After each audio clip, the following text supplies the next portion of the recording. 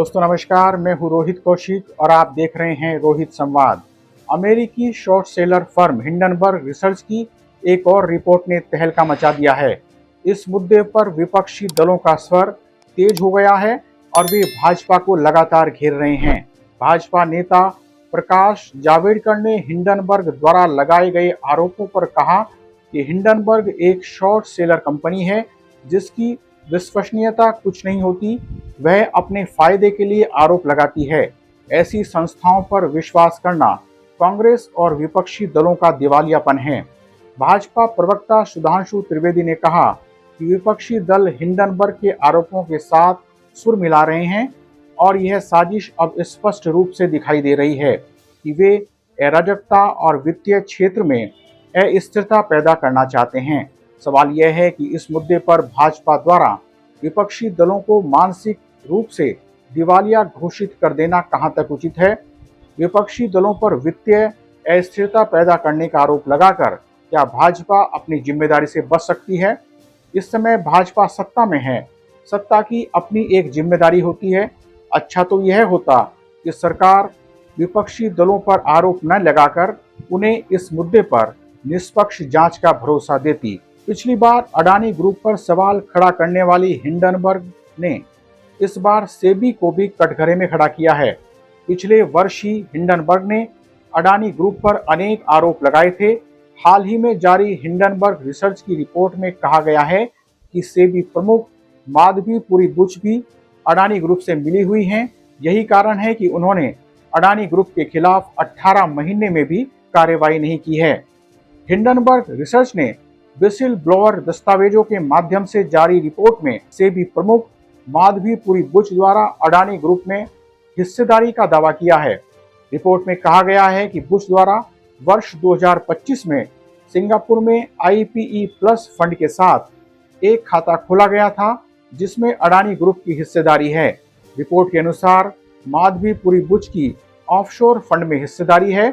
सेबी प्रमुख माधवीपुरी बुच और उनके पति धवल बुच के पास उसी ऑफशोर बरमूडा और मॉरिशस फंड में छिपी हुई हिस्सेदारी थी जिसमें गौतम अडानी के भाई विनोद अडानी ने बड़ी मात्रा में धन निवेश किया था।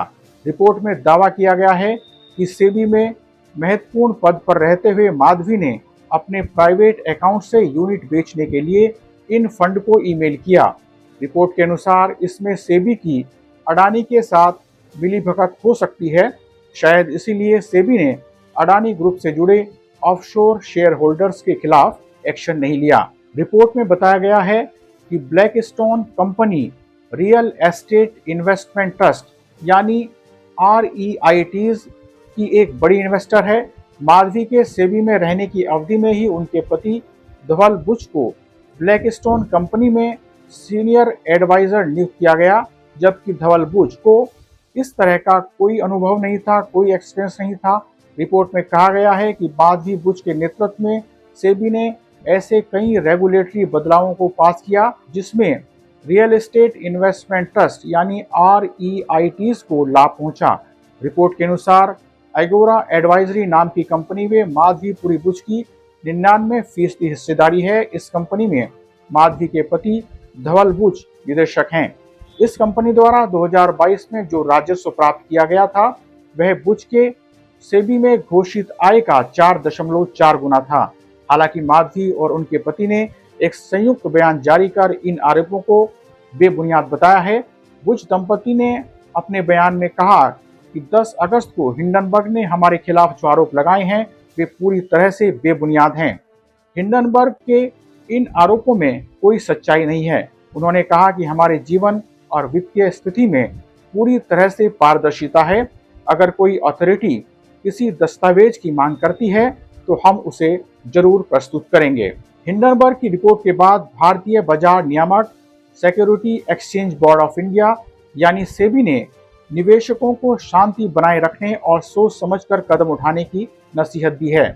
सेबी ने कहा है कि अडानी के खिलाफ 24 में से 22 आरोपों की जांच पहले ही कर ली गई है। एक और जांच मार्च 2024 में पूरी हुई है। इसके अलावा बचे हुए एक मामले की जांच पूरी होने वाली है। सेबी ने आरोपों का खंडन करते हुए कहा कि अडानी ग्रुप के खिलाफ हिंडनबर्ग द्वारा पूर्व में लगाए गए आरोपों की विधिवत जांच हुई। सुप्रीम कोर्ट ने 3 जनवरी 2024 के आदेश में कहा था कि सेबी ने अडानी ग्रुप के खिलाफ 24 में से 22 जांच पूरी कर ली हैं। उस समय सुप्रीम कोर्ट ने यह भी कहा था कि सेबी पर संदेह करने की कोई जरूरत नहीं है। आपको बता दें, 24 जनवरी 2023 को हिंडनबर्ग ने अडानी ग्रुप पर शेयरों के हेरफेर और ऑडिटिंग फ्रॉड का आरोप लगाते हुए एक रिपोर्ट प्रकाशित की थी और इसे कॉरपोरेट इतिहास का सबसे बड़ा घोटाला बताया था। इस रिपोर्ट के बाद अडानी ग्रुप के शेयर गिर गए थे। हिंडनबर्ग की इस रिपोर्ट पर कई विपक्षी दल भाजपा को कटघरे में खड़ा कर रहे हैं। कांग्रेस अध्यक्ष मल्लिकार्जुन खड़गे ने भी बड़े घोटाले की जांच के लिए संयुक्त संसदीय समिति यानी जेपीसी के गठन की जरूरत बताई है। कांग्रेस डिजिटल मीडिया विभाग की प्रमुख सुप्रिया श्रीनेत ने प्रेस कॉन्फ्रेंस कर सेबी पर सुप्रीम कोर्ट को अंधेरे में रखने का आरोप लगाते हुए सुप्रीम कोर्ट से इसका संज्ञान लेकर अडानी प्रकरण की जांच करने की मांग की है। टीएमसी सांसद महुआ मोइत्रा ने भी अडानी ग्रुप पर निशाना साधते हुए सेबी से कई सवाल किए। सवाल यह उठ रहा है कि सेबी को जिन कंपनियों की जांच करनी थी, बुश दंपत्ति उन्हीं कंपनियों में निवेश कैसे कर सकते हैं। सरकार जिस तीव्रता से विपक्षी दलों के नेताओं पर सीबीआई और ईडी की जांच बैठा देती है, उसी तीव्रता से विपक्ष को इस मुद्दे पर जांच का भरोसा क्यों नहीं दे पा रही है। बहरहाल आज रोहित संवाद में इतना ही। जल्दी ही मिलेंगे एक नए मुद्दे के साथ। नमस्कार।